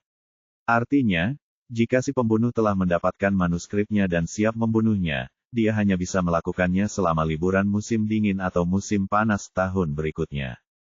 Menurut manuskrip tersebut, itu terjadi selama liburan musim panas, jadi saya pikir kasus pertama si pembunuh kemungkinan besar terjadi selama liburan musim panas tahun 1998. Kedua, Dr. Zhang mengatakan bahwa jenazah perempuan nomor 2 dan nomor 3 berasal dari tahun yang sama, yaitu seharusnya tahun 1999. Sekarang, kami menemukan bahwa jenazah perempuan nomor 4 dan nomor 5 berasal dari tahun yang sama, yaitu seharusnya tahun 2000. Jadi, kata Zhao Yu, saat kau melakukan penyelidikan, fokuslah saja pada 3 tahun terakhir. Oh, Cui Lizu mengangguk. Petik 2, ini musim panas. Pada saat itu, Zhang Peipei tiba-tiba menambahkan, kami menemukan sisa-sisa sejenis bakteri pemakan bangkai pada 4 mayat sebelumnya. Bakteri ini hanya aktif ketika suhu di atas 20 derajat. Jadi, 4 korban pertama dapat dipastikan tewas di musim panas yang terik. Adapun korban kelima, sulit untuk membuat penilaian yang akurat karena terkubur jauh di dalam tanah. Namun, berdasarkan tingkat pembusukan kerangka, seharusnya terjadi pada tahun yang sama dengan mayat perempuan nomor 4. Waktunya hampir sama. Baiklah, aku mengerti, kata Cui Lizu sambil mengangguk. Aku akan meminta Kapten Mo untuk mengirim beberapa orang untuk ikut denganku. Dari tahun 1998 hingga 2000, dia membunuh 5 orang dalam 3 tahun. Rantao menghitung dengan jarinya dan berkata, orang ini, apakah dia setahun lebih muda dari Liu Wei? Bukankah dia teman sekelas mereka? Rantao mengerutkan kening dan bertanya, jadi, apa yang kulakukan sebelumnya sia-sia? Kau memusatkan seluruh perhatianmu pada teman sekelas Liu Wei. Cui Lizu menepuk dahinya dan berseru, Kakak Tao, apakah kau makan platinum otak? Alur pikiranmu hari ini sangat aneh. Ayo, kita hitung. Rantao mengambil pena dan mulai menulis di kertas sambil berkata, Liu Wei kehilangan manuskripnya di musim dingin tahun kedua. Setelah itu, terjadi 3 pembunuhan beruntun. Lalu, anggaplah seorang mahasiswa baru mengambil manuskripnya, lalu membunuhnya sesuai dengan isi manuskrip tersebut. Itu terjadi selama musim panas tahun kedua kuliahnya. Setelah itu, aku membunuh 2 orang lagi di musim panas tahun ketigaku. Di tahun keempatku, aku membunuh 2 orang lagi. Ya, Zhao Yu melipat tangannya dan berkata, kita sudah membahas ini sebelumnya. Tidak masuk akal jika Xia Tian, yang baru kelas 4, membunuh seseorang. Pada bulan April tahun itu, mereka telah mengakhiri masa sekolah mereka dan pergi ke berbagai tempat untuk magang. Jika orang ini masih bersekolah, tanya Zhao Yu, apakah akan mudah untuk mengetahuinya? Ketua tim, Zheng tiba-tiba berkata, sementara Anda berdiskusi, saya melakukan riset. Para siswa yang setahun lebih muda dari Liu Wei tidak tinggal di aula mewah. Oh, Zhao Yu terkejut. Tidak tinggal di menara Xia. Ya, kata Zhengke. Menurut catatan, karena gedung Zihui diubah dari gedung pengajaran, ada ruang kelas di lantai 3, yang tidak terlalu nyaman, jadi sekolah membangun gedung asrama lain. Setelah angkatan Liu Wei, hanya siswa olahraga yang tersisa di gedung Zihui. Wow, Rantao tertawa dan berkata, siswa olahraga suka membuat masalah. Sekolah kami juga membiarkan mereka tinggal sendiri, hehehe. Seorang mahasiswa olahraga, tanya Zhao Yu, dengan kata lain, orang yang menemukan manuskrip Liu Wei adalah seorang mahasiswa olahraga. Agak berantakan, kata Zhengke. Ada siswa-siswa istimewa di jurusan olahraga, dan asrama mereka berbeda dari jurusan lain. Mereka semua bercampur, dan ada siswa dari berbagai usia di asrama yang sama. Ini akan merepotkan. Zhao Yu menggelengkan kepalanya. Aku ingat pihak sekolah sangat yakin bahwa tidak ada siswa yang ditinggal sendirian di menara utama selama liburan musim panas. Mungkinkah arah kita salah? Salah. Rantao menggaruk kepalanya. Apa maksudmu? Pembunuh yang mencuri atau mengambil manuskrip Liu Wei dan membunuh berdasarkan manuskrip itu, kata Zhao Yu dengan terkejut. Dia bukan mahasiswa dari Universitas Heiyang. Bab 2138, Bab 2134 Penjaga. Jika bukan seorang siswa, siapa lagi? Mata Rantao membulat seperti lentera. Mungkinkah itu, penjaga itu? Tanyanya, mungkinkah? Aku benar lagi. Apakah aku benar-benar sehebat itu? Ya Tuhan. Tapi, Satpam, Zhao Yu berpikir sejenak dan berkata, aku memang sudah memikirkan ini sebelumnya. Yah, hanya Satpam yang keluar masuk gedung asrama tanpa ada orang di sekitar yang tidak akan menimbulkan kecurigaan. Tentu saja, kata Cui Lizu. Para petugas keamanan juga memiliki kunci gedung asrama. Zhao Yu kemudian menambahkan, selain itu, petugas keamanan mungkin memiliki kunci setiap asrama. Saat para siswa pergi ke sekolah, dia bisa menyelinap ke asrama Liu Wei dan melihat manuskripnya. Liu Weiyi mengatakan bahwa ia sering meninggalkan manuskripnya di tempat tidurnya. Mungkin penjaga itu secara tidak sengaja melihat manuskripnya dan sangat tertarik padanya. Ran Tao kemudian menambahkan, selain itu, yang terpenting adalah petugas keamanan berbeda dari mahasiswa. Mereka tidak akan lulus, dan mereka harus bekerja setiap liburan musim panas. Dari sudut pandang manapun, mereka adalah yang paling berkualitas. Kata Cui Lisu. Bukankah kita sudah menyelidiki para petugas keamanan sebelumnya? Mana informasinya? Aku punya. Setelah Zengke menjawab, dia mencari informasi dan mengajukan keberatan. Tapi, jika satpam yang membawa wanita ke sekolah, bukankah akan terlalu mencolok jika ada yang melihatnya? Tanyanya. Menurutmu, kata Cui Lisu, gadis-gadis yang terbunuh itu tidak dipancing ke sini oleh si pembunuh, melainkan diculik secara langsung. Sebagai contoh, apakah ada gerbang biasa di sekolah yang kuncinya dipegang oleh petugas keamanan? Bukankah itu akan menimbulkan kecurigaan jika seseorang diculik dari sana? Ran Tao mengangguk dan berkata, "Yah, itu bukan masalah yang sulit dipecahkan. Kamu hanya perlu bertanya kepada sekolah." Tapi, kenapa? Wu Xiumin tiba-tiba berkata, pasti ada alasan mengapa si pembunuh membunuh seseorang. Jika itu penjaga, mengapa dia melakukan hal seperti itu? Lagi pula, jika kita menyimpulkannya dari teori kelainan bentuk, saya merasa bahwa jika semua yang meninggal adalah mahasiswa, mungkin ada hubungannya dengan petugas keamanan. Karena dia melihat mahasiswi setiap hari dan merasa iri kepada mereka, jadi dia menargetkan mereka. Namun, para korban semuanya adalah anggota masyarakat, dan mungkin saja mereka bekerja di industri khusus, kata Wu Xiumin. Menurutku teori tentang petugas keamanan itu tidak masuk akal. Ya, kata Cui Lisu. Para petugas keamanan sekolah, baik yang menjaga gerbang maupun asrama, umumnya sudah sangat tua, kan? Apakah mereka punya kemampuan itu? Sekalipun dia punya kemampuan itu, dia sudah sangat tua. Jika dia ingin membunuh seseorang, bukankah seharusnya dia sudah melakukannya sejak lama? Itu hanya pendapat subjektifmu, kata Zengke. Siapa bilang penjaga harus tua? Saat kami kuliah dulu, semua penjaga keamanan masih muda. Omong kosong. Kau kuliah di Universitas Kepolisian, dan orang-orang yang bertugas semuanya adalah tentara polisi bersenjata.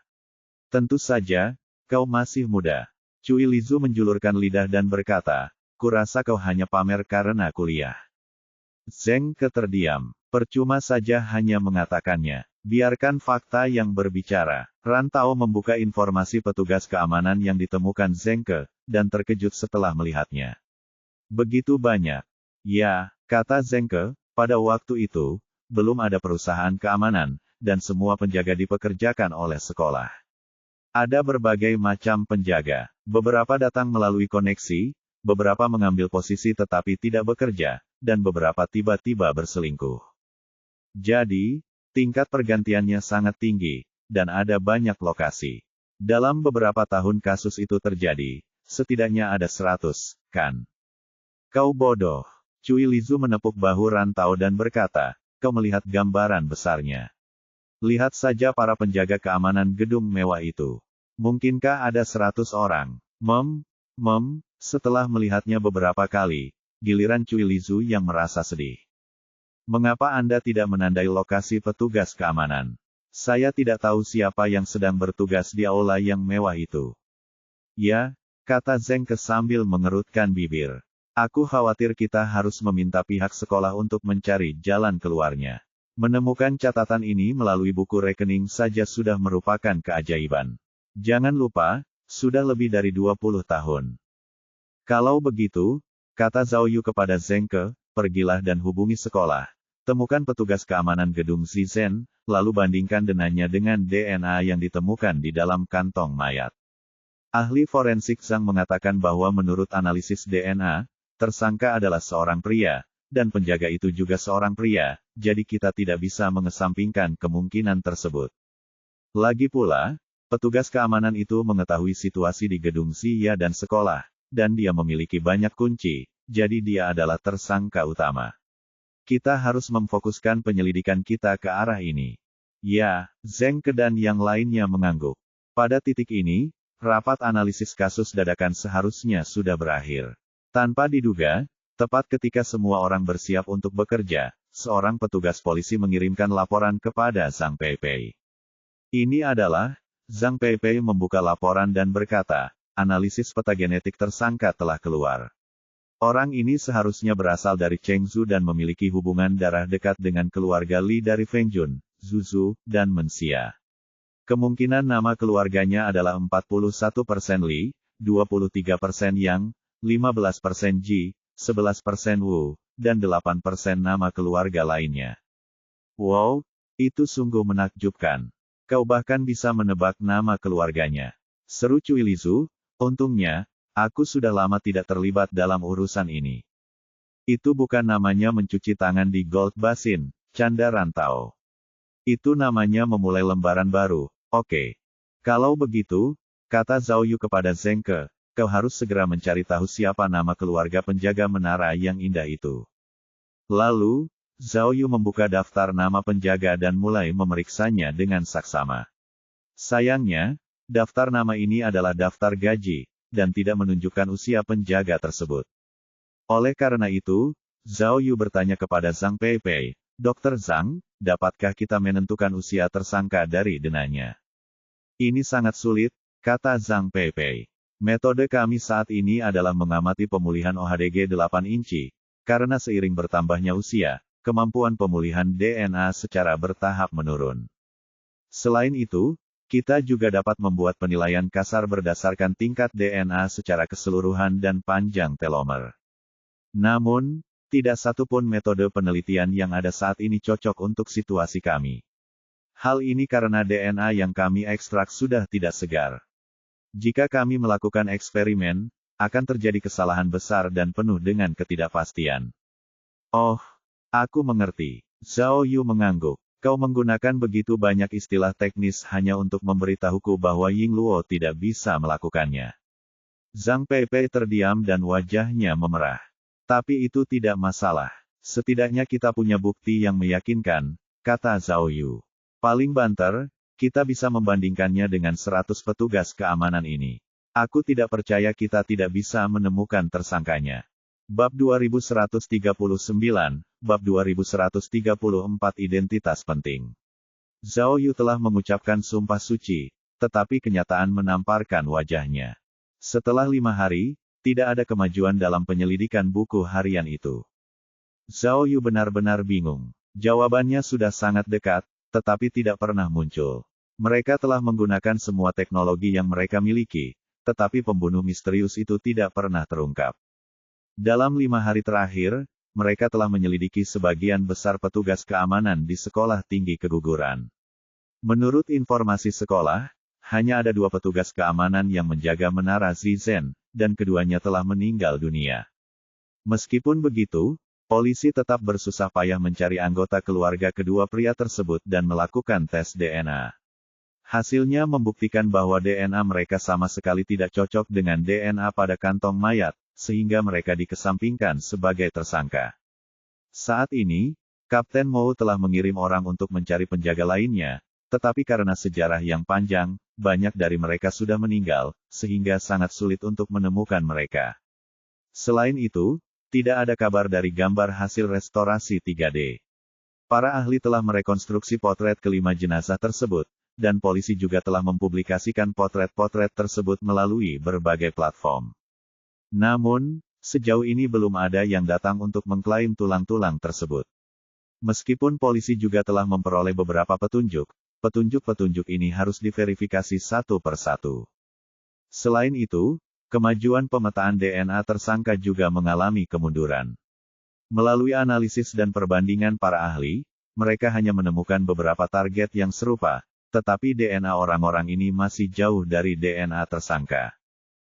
Secara sederhana, orang-orang yang memiliki DNA serupa dengan tersangka ini memiliki hubungan dengan tersangka hingga 5 kali lipat. Jika mereka benar-benar mencari orang-orang tersebut, itu akan menjadi beban kerja yang sangat besar, dan akan mustahil untuk mempersempit area pencarian dalam waktu singkat. Selain itu, mereka juga telah berusaha semaksimal mungkin untuk memeriksa tulang-tulang tersebut. Namun, Petunjuk yang ditemukan pada tulang-tulang itu sangat sedikit, dan mereka tidak menemukan barang-barang atau pakaian milik almarhum. Tidak ada cara untuk memastikan identitas almarhum. Untuk menemukan kemungkinan sisa-sisa jenazah, polisi tidak ragu-ragu menggeledah seluruh tempat pembuangan sampah dan menggali lubang-lubang dalam di bawah pohon beringin besar satu demi satu. Jika ada hal lain yang bisa ditemukan dalam 5 hari terakhir, mungkin itu adalah perbandingan kasus serupa. Berdasarkan situasi almarhum, polisi menemukan lebih dari 100 laporan orang hilang dari tahun itu. Saat ini, mereka sedang melakukan penyelidikan mendetail untuk mengetahui apakah kelima wanita tersebut terkait dengan hilangnya para korban dalam 100 tahun terakhir. Namun, jelas bahwa hal itu juga akan membutuhkan banyak waktu. Waktu. Faktanya, untuk menyelidiki kasus yang terjadi lebih dari 20 tahun lalu, memang dibutuhkan kesabaran yang cukup. Ada banyak kasus yang tidak bisa diselesaikan hanya dengan terburu-buru.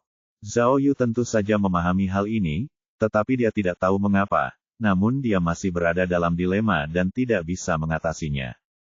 Mungkin, ada misi lain di Korea yang menunggunya untuk menemukan brankas Si Wei. Dia selalu khawatir Miao Kun akan menghubunginya kapan saja untuk mendesaknya kembali ke Korea guna menyelesaikan misinya. Akibatnya, tinnitusnya tidak membaik, bahkan menunjukkan tanda-tanda memburuk. Namun, Zhao Yu telah belajar dari kesalahannya kali ini. Dia tidak menunjukkannya saat telinganya berdenging, sehingga tidak ada yang menyadarinya. Saat itu, Zhao Yu tidak tinggal diam. Dia memanggil Liu Weiyi, ketua organisasi Bait Puisi, ke sebuah kantor dan mengajukan beberapa pertanyaan kepadanya. Ya, kata Liu Weiyi. Dulu, petugas keamanannya sudah tua. Saat kami keluar masuk, kami memanggilnya Si Tua Song. Kami tidak tahu apakah namanya Si Tua Song atau Si Tua Song. Kami tidak tahu apakah nama keluarganya Song atau namanya mengandung Song. Pokoknya, semua orang memanggilnya Si Tua Song. Pria ini sudah sangat tua, kenang Liu Weiyi. Saat itu usianya hampir 70 tahun, kan? Aku tidak tahu siapa dia, tapi dia masih bekerja sebagai penjaga di usia setua itu. Namun, lelaki tua ini sepertinya tidak peduli apapun. Dia hanya mengunci pintu saat waktunya tiba. Kami melewati ruang jaga 10 kali, dan kami melihatnya tidur 8 kali. Apakah Anda yakin hanya ada satu penjaga? Zhao Yu menekankan. Benar, ini tidak mungkin salah. Dari saat kita pindah ke Menara Ziya sampai kelulusan kita, semuanya adalah salahnya. Kata Liu Weiyi, Pak Polisi, saya jamin dia tidak ada hubungannya dengan buku harian si pembunuh. Anda tidak tahu betapa buruknya penglihatannya, dan dia sepertinya tidak bisa membaca. Dia biasanya mendengarkan radio. Lalu, Zhao Yu bertanya lagi, coba ingat baik-baik. Selain petugas keamanan gedung Anda, apakah ada petugas keamanan atau penjaga lain yang Anda kenal? Baiklah, Liu Weiyi berkata dengan sangat serius. Pak Polisi, saya benar-benar merasa tidak nyaman dengan kejadian sebesar ini. Meskipun saya bukan pembunuhnya, saya adalah penyebab kasus ini, jadi saya tidak banyak tidur selama beberapa hari terakhir. Sejak kau bertanya padaku hari itu, aku terus berpikir, siapa dia? Siapa dia sebenarnya? Tapi, kata Liu Weiyi dengan frustrasi, aku sudah mengingat begitu banyak orang, tapi aku belum menemukan satu pun yang abnormal. Liu Weiyi menggelengkan kepalanya dan berkata, aku membuat tabel untuk diriku sendiri, mencoba mencantumkan semua tersangka yang bisa kupikirkan. Tapi, pada akhirnya, aku bahkan tidak menuliskan satu nama pun. Aku benar-benar mencoba mengingat banyak orang, termasuk teman sekelasku, petugas keamanan, juru masak, pekerja sekolah, dan bahkan guru, tetapi aku tidak merasakan sesuatu yang aneh tentang mereka. Sejujurnya, saya cukup emosional. Saya sangat peka terhadap reaksi orang lain. Saya rasa sebenarnya tidak ada masalah di antara orang-orang yang saya kenal. Oleh karena itu, saya merasa bahwa manuskrip saya hilang dan ditemukan oleh orang asing. Jadi, aku tidak tahu siapa pembunuh sebenarnya. Guru, tepat saat Liu Weiyi berbicara, kata guru tiba-tiba terngiang di benak Zhao Yu. Sialan, dia mendecakkan lidah dan berpikir, mungkinkah pembunuh sebenarnya adalah seorang guru di perguruan tinggi keguguran? Jika dipikirkan matang-matang, ini bukan hal yang mustahil. Sepertinya, sangat mungkin terjadi. Para guru memahami situasi sekolah dan asrama siswa. Karena identitas mereka sebagai guru, mereka tidak akan menimbulkan kecurigaan. Bahkan jika mereka membawa seorang gadis ke sekolah, orang mungkin salah mengira dia sebagai murid guru tersebut. Bagi seorang dosen universitas, apakah memulai percakapan dengan seorang gadis asing juga merupakan suatu keuntungan? Liu Wei sebelumnya menyebutkan bahwa pada waktu itu tidak ada pengawas asrama khusus. Hanya para guru yang bertanggung jawab atas asrama. Oleh karena itu, para guru lebih mengenal asrama tersebut. Lagi pula, jika gurunya menginginkan kunci gedung yang megah itu bukanlah hal yang sulit. Lagi pula, membuka tempat sampah, memasukkan mayat ke dalamnya, lalu menutup kembali tempat sampah itu juga membutuhkan banyak bahan dan alat. Jika pelakunya seorang guru, bukankah akan lebih mudah mendapatkannya? Wah, semakin Zhao Yu memikirkannya, semakin takut dia. Mungkinkah kebenaran kasus ini seperti ini? Seorang guru yang tampak baik hati sebenarnya adalah iblis dengan hati yang gelap dan emosi yang brutal. Pada akhirnya, keinginan sang guru untuk membunuh benar-benar muncul setelah dia membaca novel pembunuhan karya Liu Wei. Jadi, dia mencuri manuskrip Liu Wei dan mulai membunuh orang sesuai dengan isi manuskrip tersebut. Bab 2140, Bab 2136 Pesta Persahabatan Khusus. Hari lain telah berlalu. Pukul 10 siang. Di aula perjamuan Hotel Alcadia di kota Chengsu. Aula itu ramai dengan aktivitas karena sebuah pesta persekutuan khusus sedang diadakan. Para peserta pertemuan ini semuanya adalah perwakilan mahasiswa dari Angkatan 96 dan 98 Universitas Normal Heyang, serta para guru dan kepala sekolah dari masa itu. Alasan mengapa pesta persahabatan ini istimewa adalah karena penyelenggaranya bukanlah para siswa atau sekolah, melainkan polisi Xuanji. Lebih tepatnya, itu adalah ide Zhao Yu, ketua kelompok investigasi khusus dari Divisi Kriminal Pusat. Ngomong-ngomong, ide Zhao Yu benar-benar aneh. Bisa dibilang belum pernah terjadi sebelumnya. Alasan dia mengundang mahasiswa dan dosen dari sekolah tinggi keguguran untuk menyelenggarakan pesta persahabatan adalah untuk mendapatkan lebih banyak informasi melalui pesta persahabatan mereka. Masuk akal untuk mengatakan bahwa jika polisi ingin mendapatkan informasi, mereka umumnya akan menggunakan metode kunjungan dan investigasi untuk mencegah orang yang diwawancarai terlalu banyak melakukan kontak. Namun kali ini, Zhao Yu melakukan hal yang sebaliknya. Dia tidak hanya mengumpulkan semua orang, tetapi juga meminta mereka untuk mengadakan pertemuan. Yang lebih aneh lagi adalah Zhao Yu juga telah menyiapkan Wu Liangye untuk mereka, dan meminta semua orang untuk meminumnya, dan lebih baik sampai mabuk. Saat itu, jamuan makan sedang berlangsung. Meskipun kasus pembunuhan telah terjadi, setelah keheningan canggung di awal, hubungan antara guru dan murid membangkitkan keinginan untuk berbicara. Semua orang mulai minum dan mengobrol dengan bebas. Di ruangan kecil di sebelah aula perjamuan, Zhao Yu dan yang lainnya sibuk. Zheng Ke, Zhao Yu melihat pemandangan di ruang perjamuan dan bertanya kepada Zheng Ke, apakah Anda yakin bahwa percakapan semua orang di setiap meja dapat direkam? Itu wajib. Zheng Ke mengangguk cepat. Ada alat penyadap di keranjang bunga di tengah setiap meja. Jangan khawatir, ketua tim. Saya tidak masalah dengan itu. Aku tidak hanya butuh suara mereka, kata Zhao Yu. Aku juga butuh gambar mereka. Aku perlu bisa melihat ekspresi setiap orang. Tidak masalah, kata Zheng Ke, ada kamera di keempat arah setiap meja. Selain itu, kamera sudut lebar definisi tinggi telah dipasang di aula perjamuan untuk memastikan ekspresi setiap orang dapat terlihat. Baiklah kalau begitu, Zhao Yu berbalik dan berkata kepada Wu Xiumin. Kak Wu, kau harus fokus pada beberapa orang yang perlu diurus. Suami Kong Xiaoxue, semua orang yang berbicara dengan Liu Wei, serta para guru yang telah kita pilih sebelumnya. Tidak masalah. Wu Xiumin menguji kamera, lalu memberi isyarat setuju kepada Zhao Yu. Tugas Wu Xiumin adalah menganalisis gerakan halus orang-orang di jamuan makan tersebut untuk melihat apakah ada sesuatu yang tidak biasa.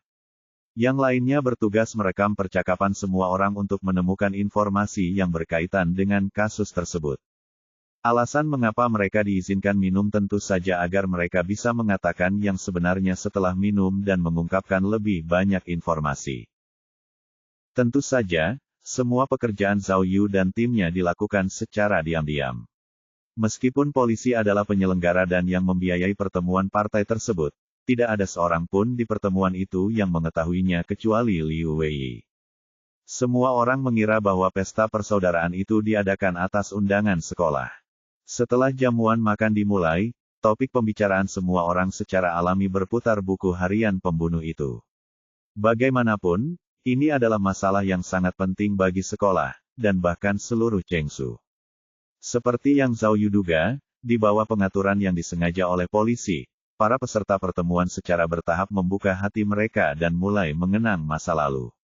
Bos, Ran Tao melihat layar pengawasan dan bertanya kepada Zhao Yu, apakah Anda benar-benar berpikir itu gurunya? Mereka semua dosen dan profesor universitas. Mengapa seorang profesor melakukan hal seperti itu? Kau bicara omong kosong, kata Cui Lizu dengan marah. Bukankah seorang profesor universitas bisa menjadi pembunuh? Kembalilah dan lihatlah penjara. Terlepas dari apakah mereka berpendidikan, kaya, atau memiliki status, bukankah mereka ada di mana-mana? Saya cukup optimis dengan ide bos, kata Cui Lizu. Mungkin salah satu guru terpicu oleh sesuatu dan kebetulan melihat buku harian pembunuhan Liu Weiyi, yang kemudian memunculkan ide untuk membunuhnya. Tapi, dengan segala hormat, kata Ran Tao dengan wajah muram, banyak guru dari masa lalu sudah tidak lagi hidup. Saat ini, banyak dari mereka tidak ada di sini karena masalah kesehatan. Hanya dengan makan dan minum, kita bisa menemukan petunjuk. Bukankah sudah kubilang? Zhao Yu menyipitkan matanya dan berkata, kita tidak punya pilihan. Kita hanya bisa menunggu dan melihat. Kau tahu, kata Zhao Yu tak berdaya. Kita tidak mungkin memeriksa DNA para guru satu persatu. Jika kita benar-benar melakukannya, kelompok investigasi khusus kita pasti akan menanggung konsekuensinya. Orang-orang itu semuanya berbudaya. Mereka pasti akan menyerang kita, jadi, kita hanya bisa melakukan ini. Sejujurnya, aku sangat mengagumi bos. Cui Lizu sekali lagi mendukung Zhao Yu. Aku tidak percaya dia punya ide seburuk itu. Jika kita masih tidak dapat menemukan petunjuk apapun, maka sebenarnya tidak ada keadilan. Ya, mulai dari siswa, penjaga, hingga guru, kata Ran Tao. Bos sudah memeriksa semuanya. Aku sangat penasaran, siapa pembunuh sebenarnya. Omong kosong, kata Cui Lizu sambil menyeringai. Apa gunanya penasaran? Lebih baik kau kerjakan pekerjaanmu. Mendengar ucapan Cui Lizu, Ran Tao tidak punya pilihan selain mengesampingkan topik tersebut dan fokus pada layar pengawasannya. Saat itu, Zhao Yu memfokuskan perhatiannya pada satu orang, suami Kong Xiaoxue. Orang ini adalah seorang dosen dari jurusan jurnalistik. Dialah yang membocorkan berita itu di grup obrolan kelas mereka. Zhao Yu merasa bahwa orang ini bukan orang biasa, atau dia tahu sesuatu, jadi dia sengaja mengundangnya ke jamuan makan. Wu Xiumin telah mengetahui bahwa pria ini bukanlah mahasiswa Universitas Heiyang, melainkan pernah kuliah di ibu kota. Namun, Zhao Yu merasa bahwa hanya karena dia bukan mahasiswa di Universitas Heiyang, dia tidak bisa dikesampingkan sebagai tersangka. Lagi pula, kasus pembunuhan itu terjadi selama liburan musim panas.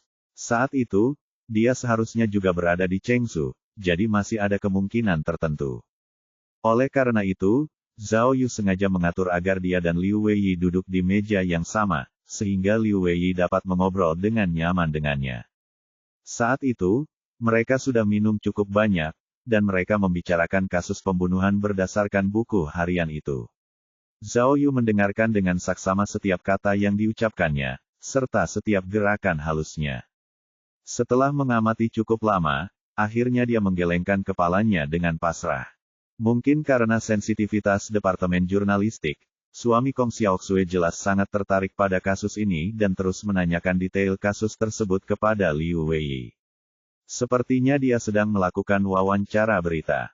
Jika kasus ini benar-benar terkait dengannya, dia tidak akan pernah bertindak seperti ini. Oleh karena itu, Zhao Yu sudah mengesampingkan orang ini sebagai tersangka. Saat itu, pintu tiba-tiba didorong terbuka, dan Kapten Mo bergegas masuk dengan telepon seluler di tangannya. Dia berkata kepada Zhao Yu, Ketua Tim Zhao, kami mungkin telah menemukan laporan kehilangan salah satu jenazah wanita. Mohon periksa.